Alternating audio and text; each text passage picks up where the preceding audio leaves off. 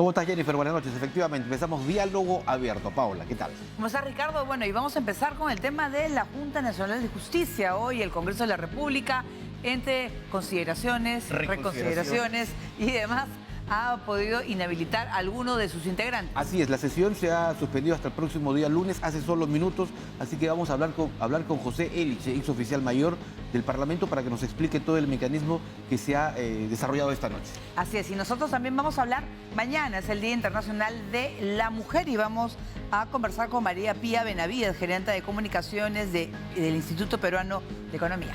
Y hablaremos también de la guitarra número 1 del Perú, es decir, de don Óscar Avilés, que está por cumplir 100 años justamente y se prepara una serie de actividades. Así es, van a venir Lucy y Óscar Avilés, que son hijos pues, de este gran guitarrista. Y bueno, vamos a hablar de todas las actividades que hay en homenaje a su padre en su centenario. Así es. Esto y mucho más en Diálogo Abierto. Los invitamos a seguir nuestra sintonía.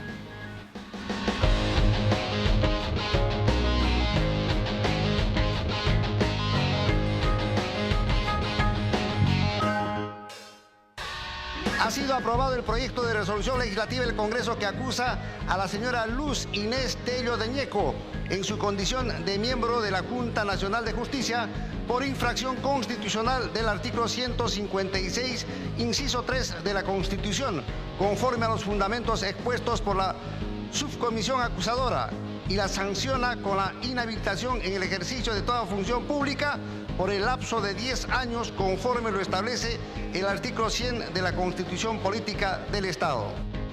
No es posible sostener que hemos realizado una interpretación arbitraria o antojadiza. Si discrepan de sus criterios políticos, su autonomía e independencia no estará garantizada. El informe consta de 51 páginas. De las 51 páginas, solo en media carilla se alude a nuestros argumentos para señalar que son repetitivos. Tenemos claro que debemos seguir avanzando en el cierre de brechas, así como esta infraestructura. Tenemos que seguir, como dijo la gobernadora, caminando no solamente en Chimbote, en Ancash, sino por todas las regiones del país. Bajo el mecanismo de obras por impuesto, se busca promover 31 proyectos por un monto de inversión de 1.421 millones de soles en sectores claves como salud, transportes, educación, saneamiento, orden público y seguridad. Juntos, hermanas y hermanos chimbotanos, hermanos ancachinos, juntos continuaremos impulsando el crecimiento del país.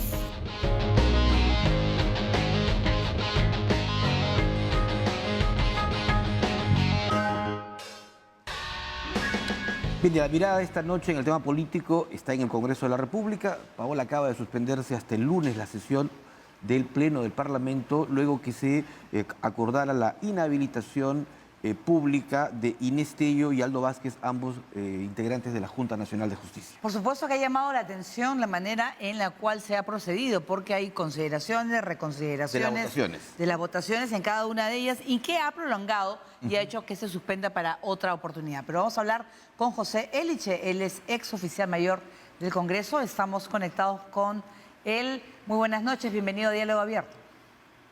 Buenas noches, ¿cómo están? Gracias por la invitación. Bueno, ¿cómo ha visto estas votaciones? Porque a mí me ha sorprendido esa de consideraciones, reconsideraciones, específicamente en cada uno de los casos, en una votación que quizás hubiera podido ser mucho más rápido que lo que ha pasado esta tarde, ¿no? Y que ha cambiado el sentido de la votación finalmente. Claro, la reconsideración es una institución procesal que existe, que está prevista en el reglamento del Congreso.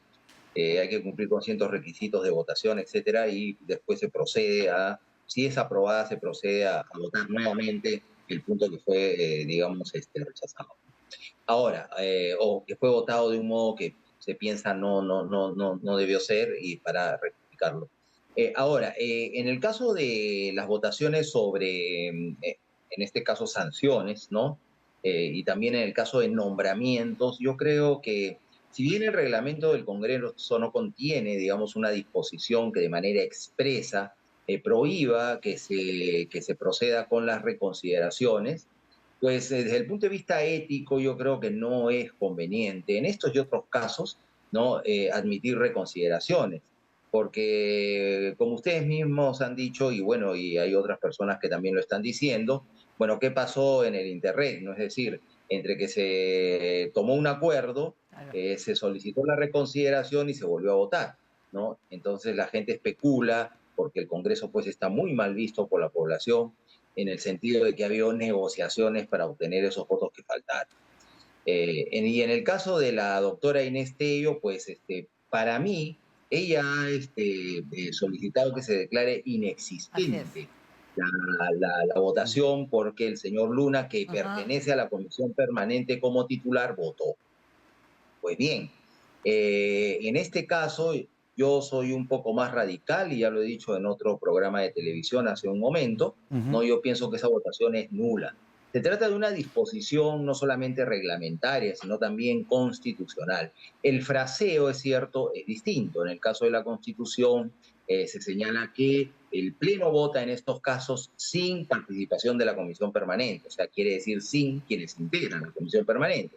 Pero en el reglamento del Congreso, que además tiene fuerza de ley, como lo establece la propia Constitución, y de ley orgánica, como en su momento lo estableció el Tribunal Constitucional, y un informe de la Comisión de Constitución que se aprobó hace unos años por el Pleno del Congreso, eso también funciona en la formación del derecho parlamentario, tiene fuerza pues, de ley orgánica, se establece con más precisión que no pueden votar quienes integran la Comisión Permanente. Doctor Elche, sí. Sí. Además, ya digamos, de la hermenéutica parlamentaria, también la experiencia refuerza ese tema, pero sin embargo yo no entiendo el tuit de esta noche de la congresista Moyano, que señala que cuando un miembro titular de la permanente no votó en la sesión, queda habilitado para ejercer su voto en el Pleno.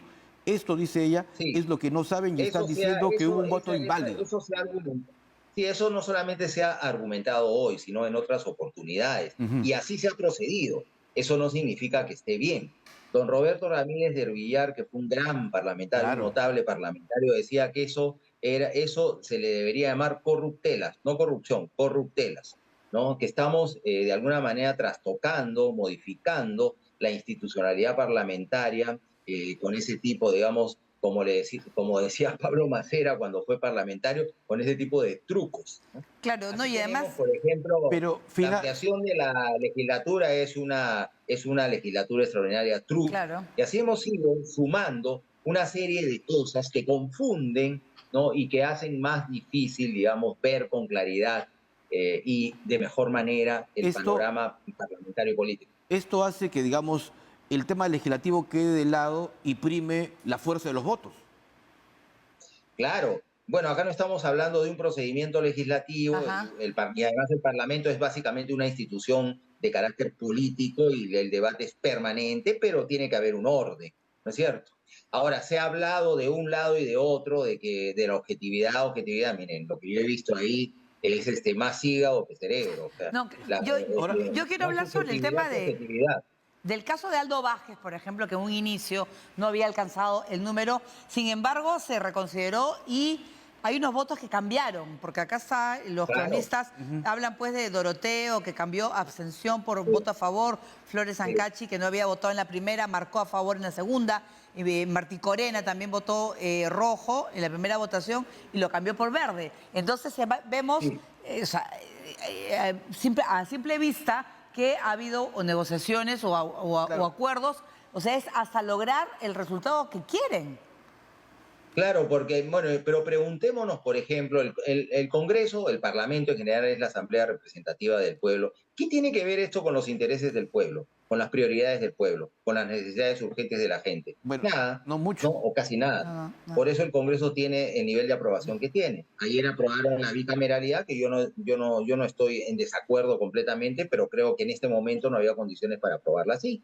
¿Por qué? Porque no se han modificado las reglas sobre organizaciones políticas y elecciones que debían modificarse, digamos, yo digo que en primer lugar, para garantizar una mejora de la calidad de la representación política en 2026. Esa es la urgencia para enderezar un poco el país en la parte política que está afectando pues, la economía, la convivencia, ¿no? Que ha reducido el debate político a un debate de adjetivos, no hay nada sustantivo, no hay planes, ¿no? Hay gente que quiere un cambio constitucional y no tienen el proyecto de ningún solo, ni siquiera un solo artículo nuevo de la futura constitución que quieren que se debata y apruebe, y así por el estilo. Claro. Entonces estamos pues caminando como a ciegas, no timbeando con la política, y eso no nos favorece en nada, y nos va a cobrar el Perú sigue funcionando porque nosotros seguimos trabajando, es decir, nosotros quienes en el sector privado trabajamos pues para obtener los recursos para vivir y demás todos los días, ¿no? Y la gente que está trabajando para comer mañana, ¿no? Y el país sigue funcionando, pero esto, digamos, no va a durar para siempre. Claro. Hay que tomar medidas urgentes para enderezar esto, recuperar la institucionalidad. Yo cuando vi la votación de rechazo, digamos, de la inhabilitación de Aldo Vázquez, ¿no? Dije, caramba, bueno, se ve, felizmente hay todavía congresistas, ¿no? Que han reaccionado y que probablemente piensen, ¿no? Que pueden trascender de un modo distinto. Pero después vino la reconsideración, los nuevos votos, y al final cumplieron con el objetivo de inhabilitar al doctor Vázquez, ¿no? Porque era el objetivo, ¿no? O sea, finalmente nos damos cuenta de eso. Doctor Elise, yo quería retrotraerme a la primera afirmación que dio usted, que a su criterio la votación de la señora Inés Tello, al margen de la edad, debe ser declarada nula. Y yo quiero recordar que hace instantes el tuit oficial del Congreso acaba de publicar un comunicado en el que insiste en la versión de que el que no vota, lo ha leído, en el que se insiste, pero no lo firma el oficial mayor, que es la máxima autoridad, lo firma la Oficina de Comunicaciones.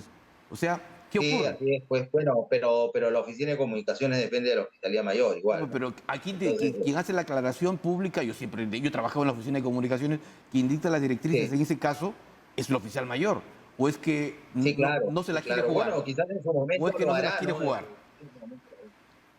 Sí. Ahí he visto también que alguien pretende o ya denunció al oficial mayor. Bueno, no sabemos. El oficial mayor es, entre otras cosas, el asesor de la mesa directiva de la presidencia. El oficial mayor, bueno, y tú que has trabajado ahí sabes, ¿no? Es el que está al lado del presidente para no solamente orientarlo, sino también para sacarlo de problemas. Entonces tiene que advertir, ¿no? Digamos, cómo es que se debe actuar en cada caso. Ahora, este es un caso donde siempre ha habido un poco de sombra, porque se ha debatido este tema de si no votó en la comisión permanente, puede votar en el pleno. Eso ya es un debate que no se ha resuelto, no se ha, digamos, no ha terminado. Se ha debido de resolver mediante una cuestión previa, un informe de la Comisión de Constitución, pero no. Seguimos así un poco en el limbo, y cada vez que ocurran estas cosas, pues va a surgir el problema. No, yo no digo que el oficial mayor sea responsable, es muy probable que le haya advertido al presidente o recordado al presidente cuál es la disposición de la Constitución y cuál el reglamento del Congreso que prohíbe que quienes forman parte de la comisión permanente voten. Claro. El tema ahí ya es manejo. Bueno, y el presidente probablemente es el que haya decidido ir por ese camino, porque hay congresistas que lo han sido antes y que han estado en estas situaciones y probablemente le han dicho, pues, señor presidente, mire, antes se ha usado, y el oficial mayor no le ha quedado más que decir si es verdad que se ha usado. Eso no significa que esté de acuerdo, digamos, pero él no es un parlamentario. ¿No? Él tiene que darle información, suministrarle información al presidente, a quien preside las sesiones, para que tome las decisiones sobre cómo proceder. Claro, y ahora lo que vamos a ver son las consecuencias, ¿no? De la salida de esos integrantes. También se ha admitido el Poder Judicial la acción de amparo también presentado por... pero con las nuevas reglas del amparo eso va a durar la eternidad. Sí. ¿No? O sea, no está rápido. Entonces, ahora mañana va a haber un problema, ¿no? Yo no sé si la doctora Tello va a ir a la Junta Nacional de Justicia, ¿no?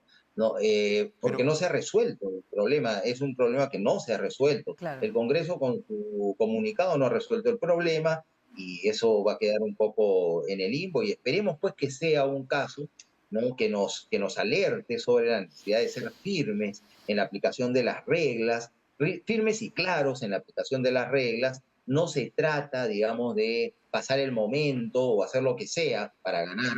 No, esa puede ser la política y ya ha sido en nuestro país durante mucho tiempo y también en otros países, pero ya es tiempo de cambiar.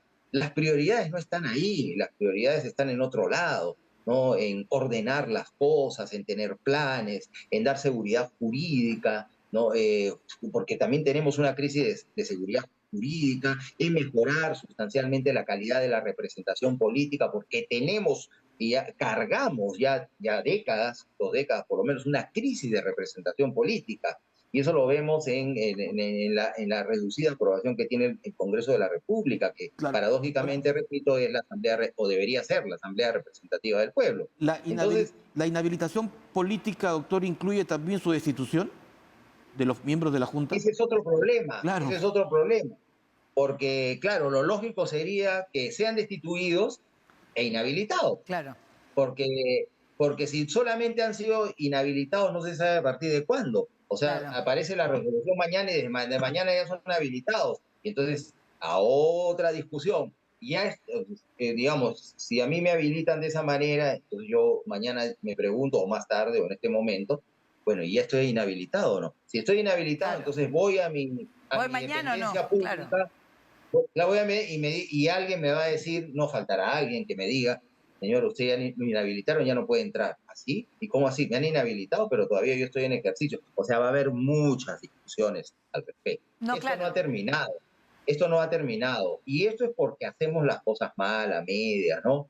Porque no estamos de acuerdo en cuestiones básicas. Está bien que los políticos discutan, que se tienen los lapiceros si quieren, pero por favor, Oiga, o sea, creo el debate que tiene que volver a ser sustancial. Novedades. sí, creo que en el Parlamento están chequeando la entrevista porque la congresista Francis Paredes acaba de anunciar que denuncia al oficial mayor Giovanni Forno por hacer votar a todos los congresistas de la Comisión Permanente que por reglamento están impedidos. Le están acusando a él No, directamente. pero antes de la entrevista yo ya lo había leído en X. Ya. Sí. Pero Sí. bueno, ¿procede o no procede ahora? Bueno, bueno, como yo he sido funcionario del Parlamento y conozco a quienes trabajan ahí, entre ellos el actual oficial mayor, a Giovanni Forno, pues yo no quisiera decir Ya, claro. o sea, si ya vamos a empezar también a responsabilizar al oficial mayor por las cosas y decisiones que hacen los Bueno, es políticos, verdad. pues ahí estamos hechos. ¿Eh? Sí, Es la El mesa oficial directiva mayor- tiene que asumir La responsabilidad, ¿no? No, y además Claro. ahora es, como bien dice, en el caso de Inés Tello, sí, ese voto ya cambiaría la historia, porque ya no serían 67, sino 66, y no podría ser No alcanza el número inhabilitada. Entonces, pero eso todavía lo han dejado para la próxima semana. Mañana es viernes, ¿qué va a hacer ella? Ahora también es verdad, por ejemplo, que el fraseo en la Constitución sobre el tema de la edad, pues no es muy felista, ¿no? Ya. Y si uno hace claro. realmente un análisis sistemático, como que es difícil argumentar a favor, pues, de la permanencia de la doctora Tello ahí, que tiene el mayor de mis respetos, ¿no? Pero, por supuesto, pero esa es la realidad. Ha sido difícil para los abogados, he visto que además son abogados notables, muy bien formados, ¿no? Y prestigiosos, hacer la defensa en ese extremo, ¿no? Pero asimismo, pues también hay otros casos, pues, en que podríamos decir bueno, una interpretación en hubiese sido una salida, por ejemplo, mucho más fácil. Pero el Congreso puede interpretar las leyes, cualquier ley, y la Constitución inclusive, ¿no? No solamente el Tribunal Constitucional interpreta la Constitución, el Congreso tiene esa potestad también, ¿no? Muy bien. Y decir cuál es el sentido de la ley a partir de ahora y ya está. Pero no armar todo esto porque ya estamos cansados. Nosotros necesitamos tranquilidad, necesitamos paz, estabilidad y norte, claro. El país ya no, este es un país, el nuestro es un país hermoso, es un país lleno de recursos, de ganas, de gente que quiere trabajar y vivir bien. ¿Por qué tenemos que vivir en estas condiciones? Por culpa, ¿no?, de personas que no sé qué intereses o detrás de qué están y generan este tipo de situaciones conflictivas en extremo que nos hacen sentir que estamos en una crisis política terminal, que lo estamos en parte, ¿no? Pero digamos, esto es lo que hay que revertir, ¿no? Nuestros enemigos son la corrupción, la pobreza, las obras estancadas, ¿no? La ineficiencia en el Estado, el excesivo burocratismo. Esos son nuestros enemigos mortales, ¿no?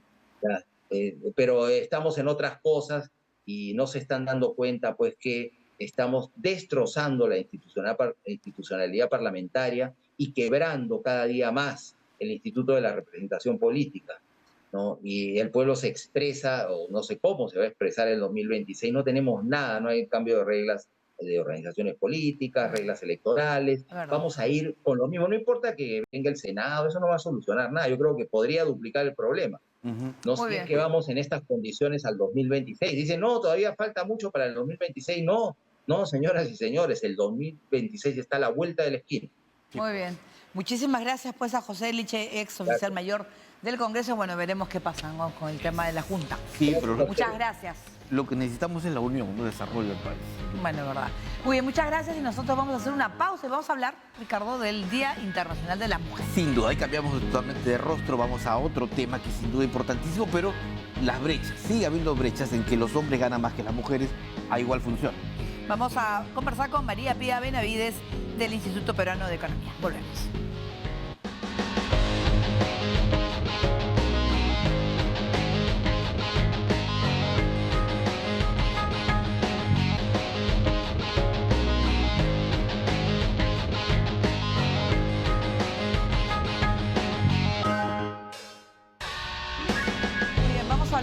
Lo que significa ser mujer en nuestro país y este largo camino para el cierre de brechas salariales. Y yo creo que en la igualdad entre hombre y la mujer es diferente lo que sucedía hace 40, 50 años en el Perú y felizmente. Yo creo que evidentemente ha cambiado, ¿no es cierto? Sí, la imagen de la mujer, el trabajo, el desarrollo y el aporte. La mujer ahora estudia, la mujer trabaja y también la mujer sale adelante. Vamos a saludar a María Pía Benavides, ella es gerente de comunicaciones del Instituto Peruano de Economía del IPE. ¿Cómo estás? Bienvenida. Buenas noches, muchas gracias.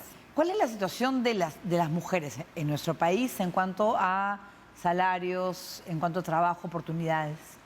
Bueno, justamente hace poco sacamos un informe y calculamos que la brecha de género en el Perú en el 2023, la brecha salarial, es del 25%. Esto significa que por cada sol que gana un hombre, una mujer está ganando 75 centavos. Y bueno, claro, esto oculta diferencias en las distintas regiones del país, ¿no? Tenemos algunas regiones como en el centro del país donde la brecha es mayor y otras donde es menor.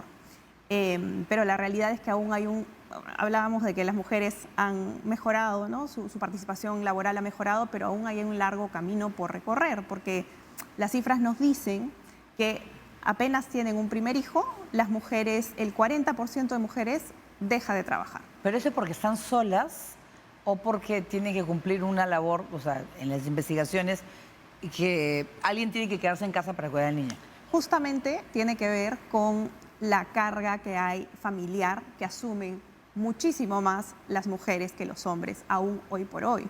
Podemos ver en el mercado laboral que de todas las mujeres que trabajan, la mitad lo hace en puestos de menos de 40 horas. Estamos hablando de trabajos de medio tiempo y, por supuesto, tienen un salario menor, ¿no? O teletrabajo, quizás también. También, claro, trabajos independientes que les permitan estar más en casa y cuidar más a los hijos. Es que lo que pasa es que sale muy caro poder tener que pagarle a otra persona que cuide a tu hijo. Claro. O sea, si fuera mucho más fácil, podrían facilitarle en los trabajos incluso para guarderías. ¿no? Exacto. De hecho, esta es una de las propuestas que hacemos desde el Instituto Peruano de Economía, ¿no? Que se amplíe la cobertura de programas como Cuna Más, para liberar un poco de la carga en el cuidado familiar que asumen las mujeres. Y por otro lado, por supuesto, también tenemos que tener en cuenta que estamos hablando de un problema estructural, ¿no? Que no tiene una solución única, sino que también tiene que ver con cómo se compone la sociedad, con el lugar que ocupan las mujeres en las familias y con cómo esto se tiene que ir reeducando hacia el futuro. María Pía, y cuando se solicita un empleo, una vacante, una oferta laboral, ya no se coloca, digamos, el tipo de sexo que se requiere, pero en el momento de la evaluación, en el momento de la entrevista, allí sí prima eso.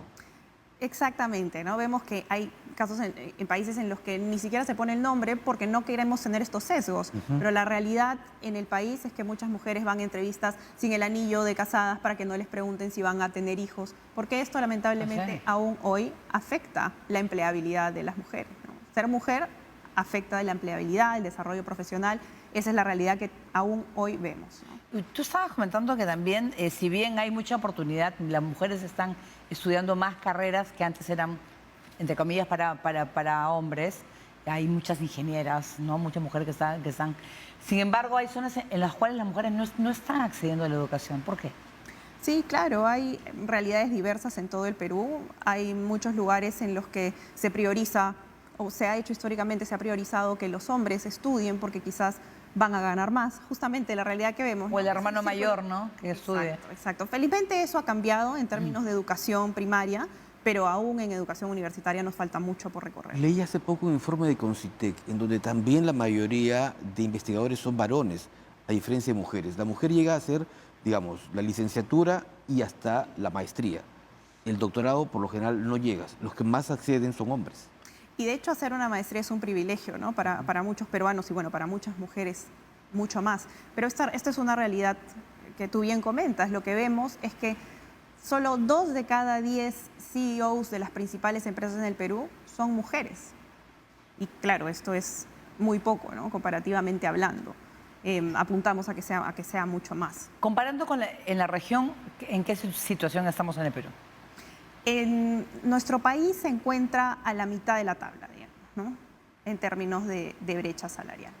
O sea que todavía podemos hacer mucho más. Desde el Estado también vemos que, por ejemplo, solamente el 8% de gobiernos regionales están dirigidos por mujeres. Esto es bajísimo, ¿no? Entonces hay mucho que hacer desde las empresas, desde el Estado y desde las casas también, ¿no? Como sociedad, en educación. No, acá vemos que acá hay igualdad. Claro. Acá estamos, ¿ah? Como tiene que ser. Como tiene que ser.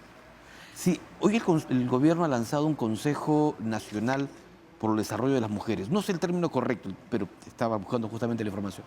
Esto significa que se va a recibir aportes, mujeres empresarias, líderes, sociedad civil, para establecer políticas públicas. Creo que hacia ahí vamos dando un buen camino. Sí, de hecho nosotros creemos desde el IPE que en términos de políticas públicas se debe tratar de asegurar que las mujeres puedan desarrollarse profesionalmente en igualdad, ¿no? Que lleguen a su desarrollo profesional. Y aquí es importante también considerar que hay que hacer más políticas públicas para evitar los embarazos adolescentes. Claro. Porque sabemos que los embarazos no deseados y los embarazos adolescentes luego hacen que las mujeres sigan en un círculo de pobreza del cual no pueden salir. Frenan el avance porque tienen que dedicarse al niño y ya no pueden estudiar. Exacto, y en este sentido el año pasado, por ejemplo, se lanzó una ley que prohíbe el matrimonio infantil, pero hasta antes el matrimonio infantil se daba. Estamos hablando de niñas entre 10 y 17 años. Hoy por hoy, todos los días, 4 niñas de entre 10 y 17 años son madres. Y esa es una realidad que obviamente impide que sus futuros profesionales se desarrollen. ¿Hay algún sector que, por ejemplo, es difícil para ingresar a una mujer? Las mujeres, vemos que la fuerza laboral de las mujeres está sobre todo en los sectores informales, en los sectores independientes, trabajos no remunerados. ¿Por qué? Justamente porque en los emprendimientos, ¿no? En los emprendimientos. ¿Por qué? Porque justamente tienen un horario más flexible que les permite hacerse cargo de las labores del hogar. Tú tienes tanta razón. Si uno revisa el Facebook, el TikTok y ve a las emprendedoras que hacen sus transmisiones en vivo, todas son mujeres. No encuentro... Mira, ahorita estoy repasando y no he visto casi un hombre. Es decir, la mujer está, digamos, como que obligada a tener que hacer esa venta de su casa. O buscando, claro, buscando un espacio entre el cuidado del hogar, entre las labores domésticas, como para poder desarrollarse también profesionalmente, ¿no? En lugar de tener un escenario en el que tanto el padre como la madre pueden retomar sus trabajos. Yo creo que también faltan las oportunidades para las personas, incluso de más de 35 o 40 años, que deseen estudiar. El tema de la edad también tiene mucho que ver y afecta mucho a las mujeres. Sí, ¿no es cierto? Duda, sin duda. Y esto que conversábamos de la penalidad por maternidad, es algo que ocurre en casi todos los países del mundo.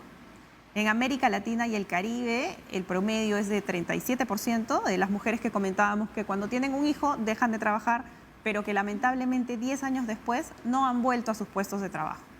Y esto en el Perú es de 41%. No estamos encima del promedio, pero claro, es una realidad que ocurre en casi todos los países. Lo que pasa es que en el Perú también hay mucha mujer sola, que tiene que hacerse cargo de los hijos. Entonces, de repente por eso es más fácil trabajar en casa, ¿no?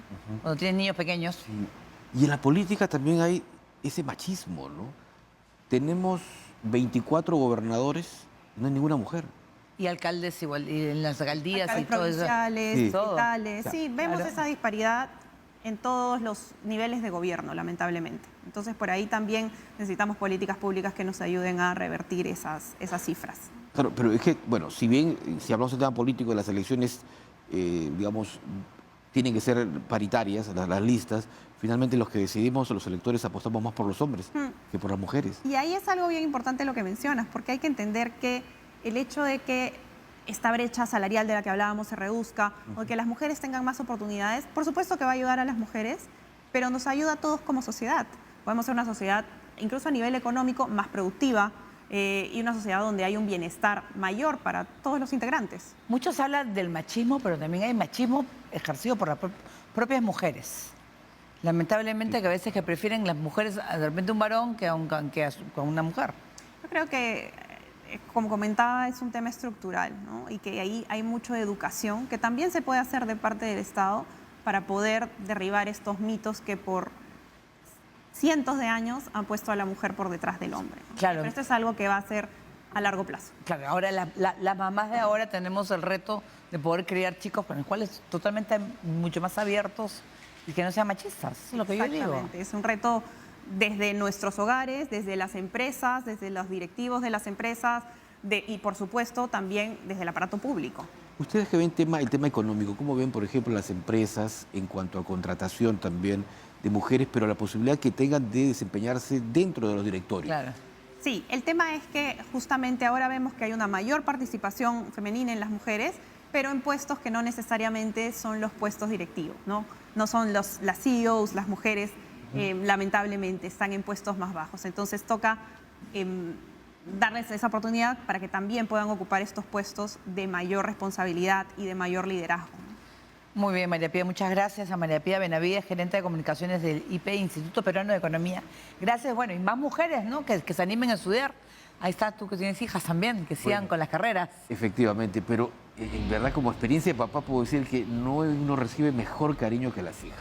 Así, yo tengo hijos, pero... Eso ocurre con los varoncitos, están pegados a la mamá. A la mamá. Sí, eso es real. Muy bien, muchísimas gracias, María Pía. Bueno, y nada, que la chica siga estudiando por un Perú mejor, ¿no? Muchas gracias. Gracias a usted. Muy bien, nosotros vamos a hacer una pausa y vamos a regresar con música y sobre todo con el homenaje que se merece, pues, don Óscar Avilés, que cumpliría... guitarra del país. Que cumpliría 100 años. Así es, vamos a estar con dos de sus hijos justamente que nos van a contar de todos los detalles, cómo se está preparando cada una de estas celebraciones. Volvemos.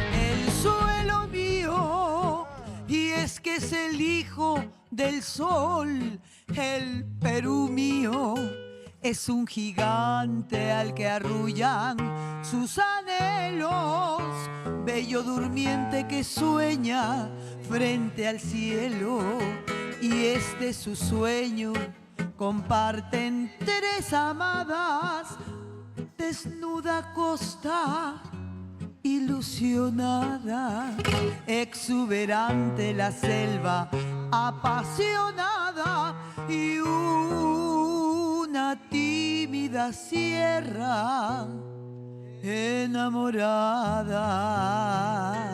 ¡Bravo! Por supuesto, desde aquí ya saludamos a Lucy y Óscar Avilés, hijos pues del gran De la primera Óscar. guitarra del Perú. Y yo acá tengo Óscar Guillermo Avilés Arco, generación del Callao. Ajá. Estamos en Techalacos. Ajá. Ya, el 24 de marzo de 1924 se cumple 100 años de su nacimiento y se va a empezar el 23 con la serenata. Sí, en realidad se empezó un año antes. ¿Ya? Desde el 24 de marzo del 2023 han habido una serie de actividades rumbo al centenario. El centenario comienza el 23 de marzo del 2024 en el Gran Teatro Nacional con una función conmemorando el centenario del natalicio de don Óscar Avilés, y las actividades van a durar hasta el 24 de marzo del 2025. Uy, qué bien. Pero hablando del 24 de marzo... Qué es el parecida día- la voz. ¿Sí, parecida? Enormemente parecida. Hablando del 24 de marzo, que es el día del cumpleaños, o sea, al día siguiente del Teatro Municipal va a haber una gran... pero cuando te digo gran, es gran. Mira mis manos. Mira las manos. Es una gran romería festiva al Baquíjano y Garrido, donde está la tumba de Óscar Avilés, gracias a la Municipalidad del Callao, que está organizando todas estas actividades, 24, 25, 26, 27... Como buen chalaco tenía que estar en el Baquijano, ¿no? La semana de Óscar Avilés. Toda una semana. Y ese homenaje del 23.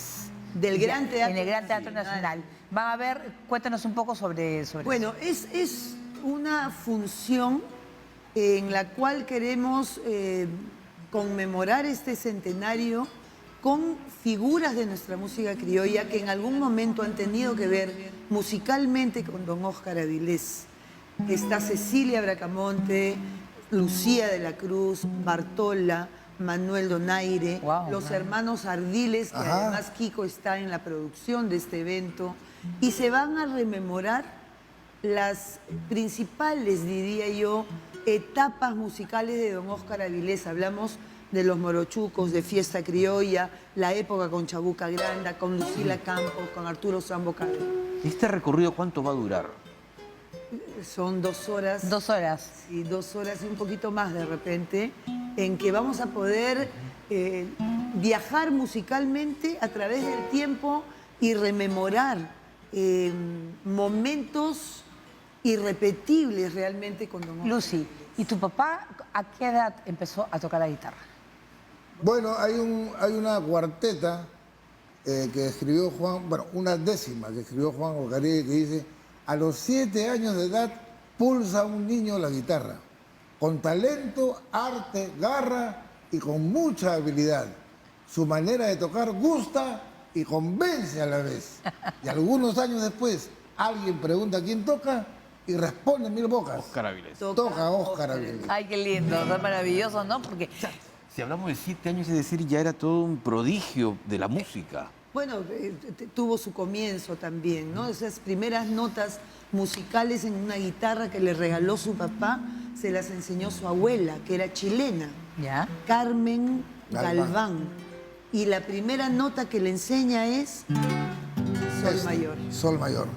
Dime, y además en los cuales 7 añitos, yo imagino que era el centro de atención de todas las reuniones, porque antes la gente se divertía muchísimo. Las grandes jaranas. Claro, en realidad él tuvo la oportunidad de estar presente en esas tertulias musicales de mis abuelos. Mis 2 abuelos, su padre y su madre, tocaban diversos instrumentos, cada uno, varios instrumentos. Y en casa, en su casa, se hacían estas tertulias musicales con amigos musicales. Todo eso lo vivió mi papá desde muy pequeño, entonces para él fue también algo natural, creciendo en ese ambiente, ser musical, ¿no? ¿Y tu papá tenía una canción favorita o algún tema que le gustaba ver? En realidad no. Yo creo que como varias veces le han preguntado a él mismo. ¿Ya? ¿Alguna canción favorita suya? ¿O todas le gustaban a él? Todas las que sean peruanas. Sí. Qué lindo. Esa era su... Y el legado que ustedes han adquirido de él, de seguir justamente en el tema de la guitarra, la música, ¿no? La música, es, digamos, para ustedes un honor, un privilegio esto. Por supuesto. Claro que sí. Y también se ha dado de manera natural porque hemos tenido la suerte de crecer en un hogar criollo rodeados de peruanidad y de criollismo. Por eso es que este legado que nosotros recibimos, que además lo tomamos como un compromiso serio y apasionado, nos hace recordar a mi papá cuando decía este mensaje que nos deja a nosotros como testimonio de vida. Él decía: Dios, patria y familia. O sea, esos son, digamos, las 3 cosas importantes que nosotros tenemos como un legado maravilloso. No, y además para que no se olvide la figura de don Óscar Avilés, que se recuerde, ¿no? No, sobre todo es eso, y las nuevas generaciones, la música criolla. Sí, no se pierda, ¿no es cierto? Un resurgimiento de nuestra música criolla. Y yo creo que en eso también ha tenido que ver don Óscar Avilés, también, porque había hace 10 años, casi 10 años, que no nos acompaña físicamente, pero cómo ha trascendido en el tiempo que hasta ahora jóvenes recuerdan la figura, la imagen de Óscar Avilés, la guitarra de Óscar Avilés a través de su música. Entonces él ha tenido que ver con eso. Y hay este resurgimiento, esta corriente, digamos, de la gente joven, no solamente por cantar, o por interpretar algún instrumento musical, sino por investigar nuestra música criolla. No, claro, y además de las cosas, yo por mi familia, Claro. en las cuales se reunían y se ponen a cantar con la guitarra, es una maravilla. Es una maravilla y que las nuevas generaciones lo pueden disfrutar porque la jarana es lo máximo. Pero fíjate, hay algo que es interesante.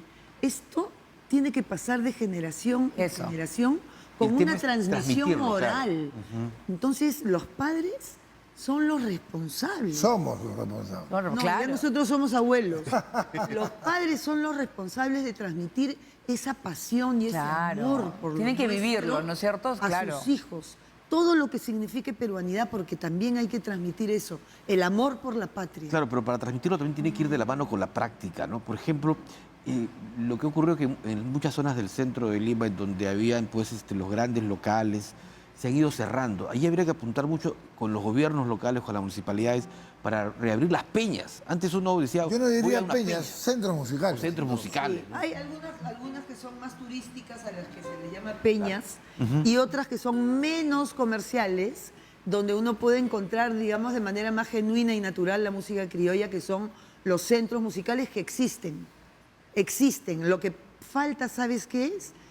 Probablemente una tribuna desde donde se pueda contar, mostrar lo que hay, ese abanico de posibilidades que tienen los jóvenes para acercarse a su música. Está el Centro Musical Breña, está el Centro Musical Domingo Yufra, está la Oficina de Barranco. Si hablamos de algo más comercial, está la Peña del Carajo, donde llegan muchos turistas, además, y se acercan a nuestra música gracias a que existe. Además, donde Óscar Avilés estuvo, en la Peña del Carajo, estuvo 15 años. Trabajó ahí. Claro. Y claro que ha paseado por los centros musicales, el Centro Musical Felipe Pinglo, emblemático. Estos son lugares a donde uno encuentra la música de manera más genuina. Y en esa celebración por los 100 años está este evento del 24. 23. Perdón, 23. Acuérdate que es la serenata. Es la serenata. Luego están pensando, no sé, ¿todo va a ser en Lima o llevarlo a otras zonas del país? Mira, hay gente, instituciones que se están aunando a esta celebración a nivel nacional. Ahorita lo que tenemos es este inicio de actividades el 23 de marzo en el Gran Teatro Nacional, que ya están de venta las entradas en Teleticket y hay desde 56 soles para todos los bolsillos, porque creemos que realmente es una celebración en la que todos debemos estar. ¿Por qué? Porque es el centenario de don Óscar Avilés. Claro. Y porque no vamos a poder estar en el Bicentenario. Porque no vamos a estar en el Vamos a llegar. No vamos a Pero hacer- hay que ir al centenario. Al centenario, ¿no? Y aprovechen. Bueno, entonces vamos a recordarlo con música. Así es. Y de esa manera nos despedimos del programa. Vamos. Claro que sí. Empezamos, Lucy. Algo que él cantaba, A ¿ya? ver, vamos. Algo que él cantaba. En Mi Mayor, por favor. Y muchas gracias por acompañarnos. Nos vamos a despedir con música. No se olviden, por favor, el 23 de marzo se inician las actividades todo el año. En el Teatro Nacional. En el Gran Teatro Nacional. Y queremos Y empieza agradecer. la jarana, ¿no? Ajá. Permíteme solo agradecer a la Municipalidad del Callao, a la DDC Callao, por haberse aunado a estas celebraciones, y ya vamos a ir diciendo a través de las redes sociales, Claro. en fin, todo lo que va a haber durante el año. Porque además, te digo una cosa, cantaron una jarana San Pedro dijo, ¿quién es? y el Padre Eterno responde. Él es Óscar Avilés. Vamos. Aurora, La me música. has entregado al abandono, a mí que tanto, tanto y tanto te he querido, y tu negra traición la echo al olvido. Yo no disculpo tu error ni te perdono, mas yo no podría, aunque quisiera, castigar como debo tu falsía. Castígala, Señor, con toda tu energía. Sufra mucho, pero que Ahí está, nunca igualito, muera. igual. Mira, Aurora, te quiero toda. Nos vamos al Callao. Y otra vez volveré a ser el errante trovador que va en busca del amor de una mujer. Se perdió el celaje azul donde brillaba la ilusión. Vuelve la desolación, vivo sin luz. A cantar. Otra vez volveré a ser el errante trovador que va en busca del amor de una mujer. Se perdió el celaje azul donde brillaba la ilusión. vuelve la desolación, vivo sin luz.